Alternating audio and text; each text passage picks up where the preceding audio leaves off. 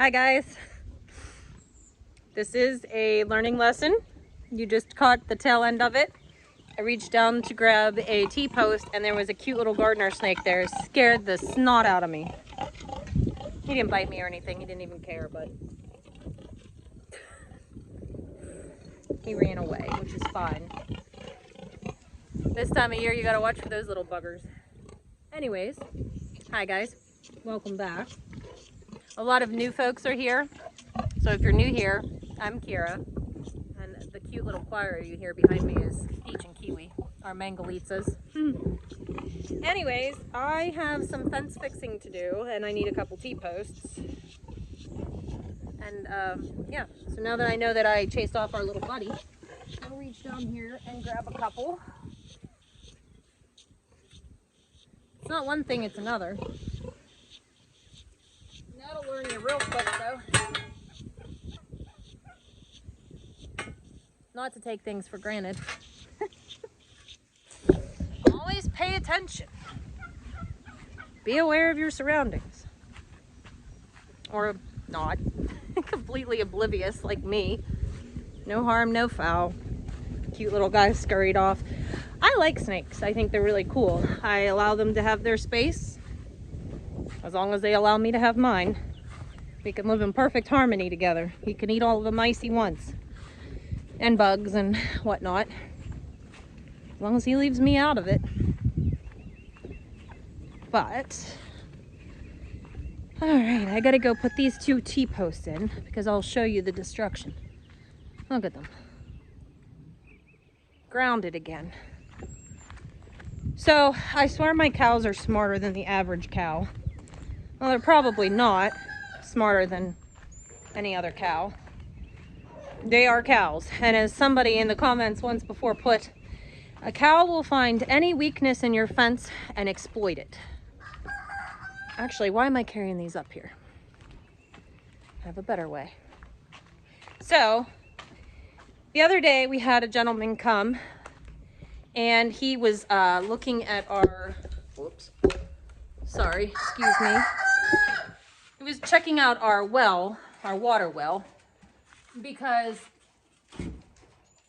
the well that feeds the barn hasn't worked since I think probably like December. And we went to pull the well pump because we thought maybe the pump burned up and it wasn't budging.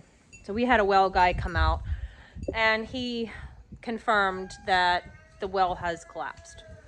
When he came, since it's up at the top of the pasture where the cows were, they saw, I think, how I opened it. Like I took the seam of the fence apart and I opened it up so that he could drive in. They were standing right there, watched the whole thing. Sure enough, a few days later, they went right out where he came in. Cows are smart buggers, I'm telling you. All right, I'm gonna grab my mini skid steer and I'm gonna carry these T-posts and post pounder up on that.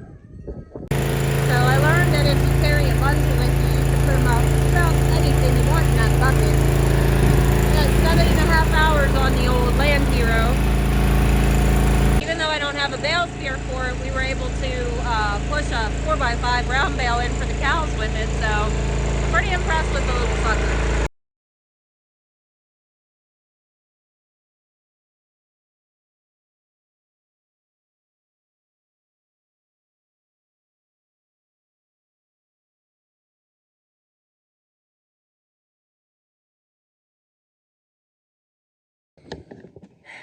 I helped my uncle put T-posts in over the weekend, and I always tell him how lucky he is that his soil is so soft and so nice, and those posts just go right in, smooth as butter.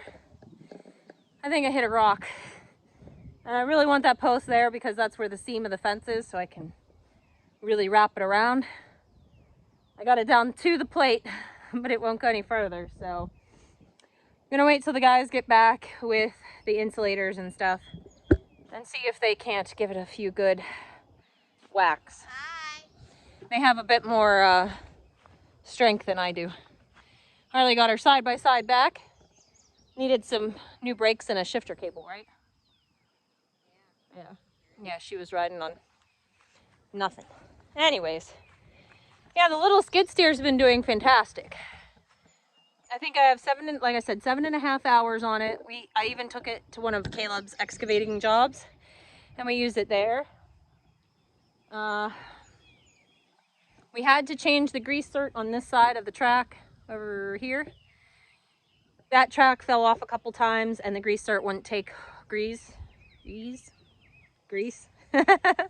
So we had to change the grease zert and now it's fine. It's good and tight. Can't move it, wiggle it too much. The only complaint I have about this machine is it is slow. It's strong. It's stronger than it is big, that's for sure. It has no business being as strong as it is. But that being said, it is slow. This track could be tightened up a wee bit. But I have zero complaints about this thing. It is a really cool little machine. It moved that hay bale like there was nothing standing in front of it. It just hit it and went. I did notice it does not love tracking through clay. So if you have a lot of clay on the surface and you're trying to use this on that, it'll kind of bog down trying to get through it. That's it. That's the only thing negative I have to say, which really isn't all that bad. All right, I'm gonna get this back down there, and if the weather holds, I'm gonna try to clean out some goat stalls. I don't have a grapple bucket yet, so I don't imagine it's gonna be a whole lot of fun. But I'm gonna try because I wanna really use we do a deep bedding system with our goats and our sheep. I really wanna use that bedding in my gardens for weed suppression. So hopefully I'll get up there.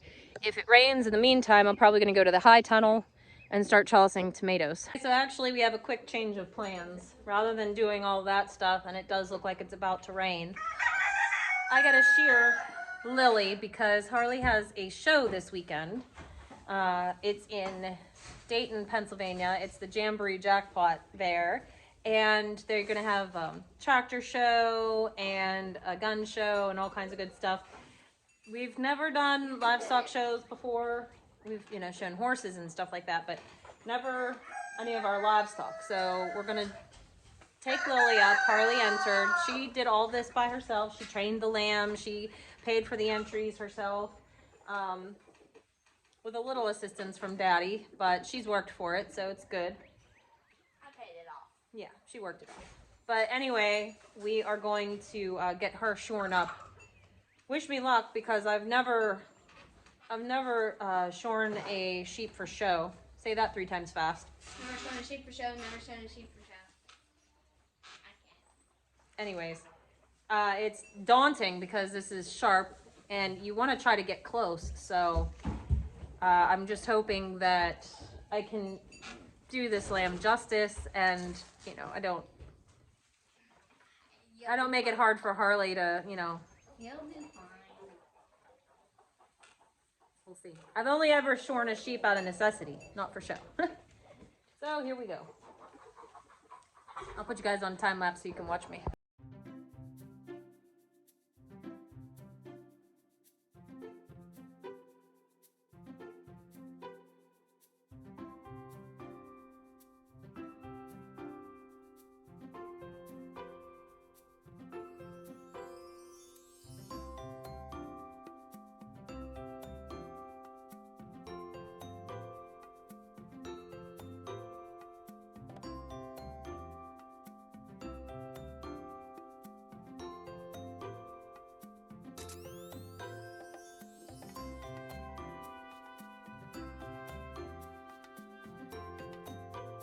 Alright guys, I'm out here in the high tunnel, which I have been lovingly referring to as Tomato Tunnel.